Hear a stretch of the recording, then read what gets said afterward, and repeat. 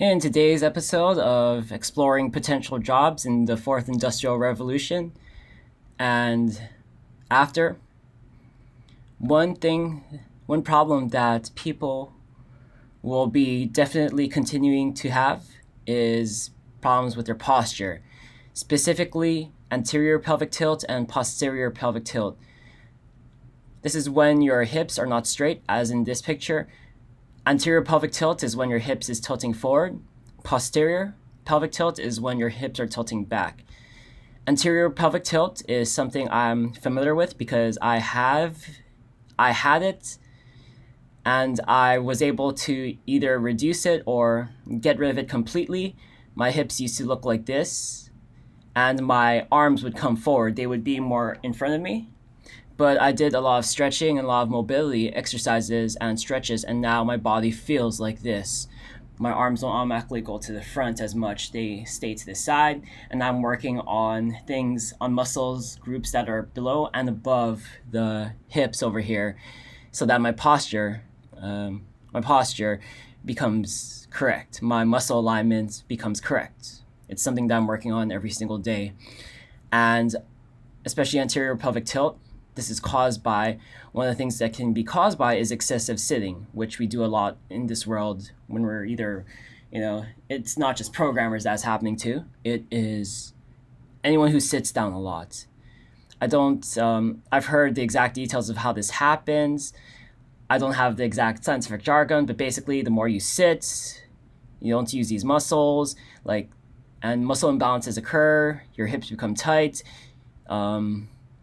and it causes a whole other range of problems.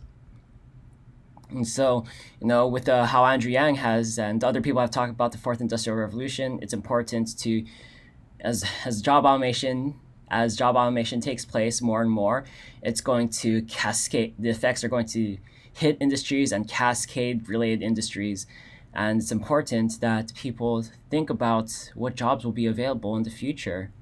Can't depend on you can't depend on other people to keep you employed. You gotta look out for yourself.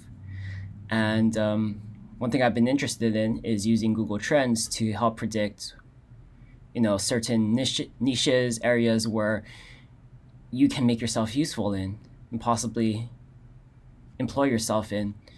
And with people programming and staying down more, not and potentially not being as active as in the past, anterior pelvic tilt and posterior pelvic tilt are things that, maybe that could be your job, helping people solve these problems that their body has gotten itself into. So we're going to jump to Google Trends, and this is just an exploratory phase. I just wanted to see, I entered anterior pelvic tilt and posterior pelvic tilt into as a search term. I set the search range from 2004 to present. I left the category as United States, and both anterior pelvic tilt and posterior pelvic tilt have been set to these parameters.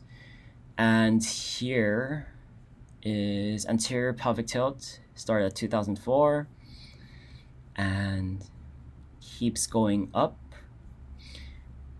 Let's look at posterior pelvic tilt, anterior, posterior.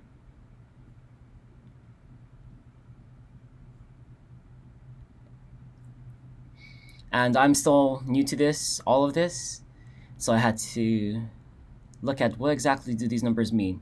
And this graph represents interest over time. Numbers represent search interest relative to the highest points on the chart for the given region and time. A value of 100 is the peak popularity for the term. A value of 50 means that the term is half as popular. A score of 0 means there was not enough data for this item. Value of 100, a value of 50.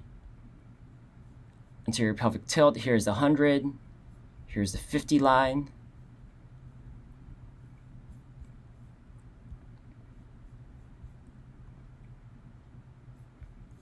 Here, for posterior pelvic tilt, here's the 100. Here's the 50. It's interesting because the first time anterior hits 50 is somewhere around here, which is July 2014. But for posterior, It's not July 2014, it's September 2004. That's interesting. You may notice that there are notes down here. There's notes.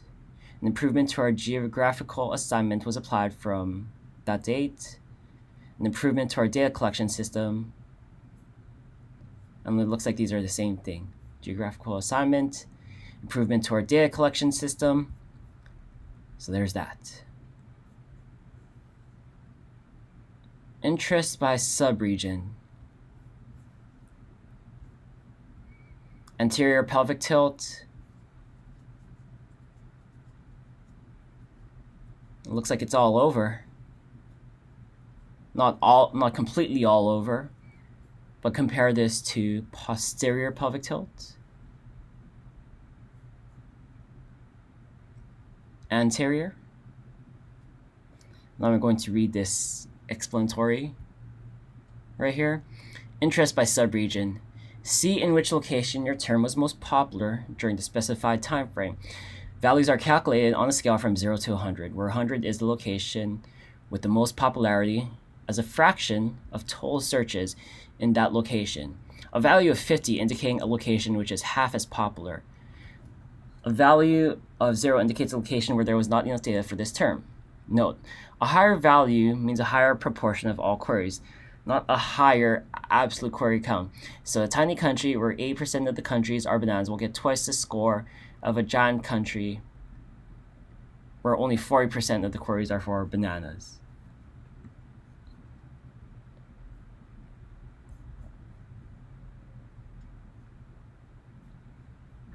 There's that. I'm in Washington. Here's Washington.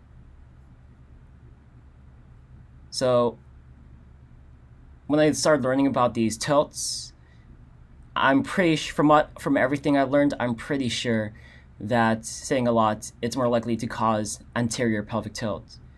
So my hypothesis is that in places where people are doing more programming and more staying at their desk jobs, it's going to be more popular. This anterior pelvic tilt search term versus posterior. And let's concentrate on Washington. There's this versus that. Washington is still gray for posterior.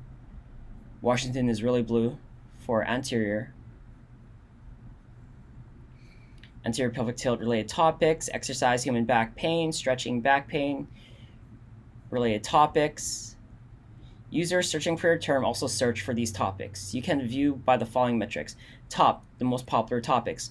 Scoring is on a relative scale where a value of 100 is the most commonly searched topic, and a value of 50 is a topic searched half as often as the most popular term, and so on. Rising. Related topics with the biggest increase in search frequency since the last time period. Results marked a breakout, had a tremendous increase, probably because these topics are new and had few, if any, prior searches. You can identify emerging topics. Rising, top, rising, results mark breakout. Related. Let's compare related topics of this versus that. They seem to be similar. Let's look at related queries. Users searching for your term. Users searching for your term also search for these queries. You can sort by the following metrics. Top, the most popular search queries. Scoring is on a relative scale where a value of 100 is the most commonly searched query. 50 is query searched half as often as the most popular query, and so on. Rising queries with the biggest increase in search frequency since the last time period. Results marked breakout had a tremendous increase, probably because these queries are new and had few, if any, prior searches. So compare anterior versus posterior. Anterior related queries. Posterior related queries.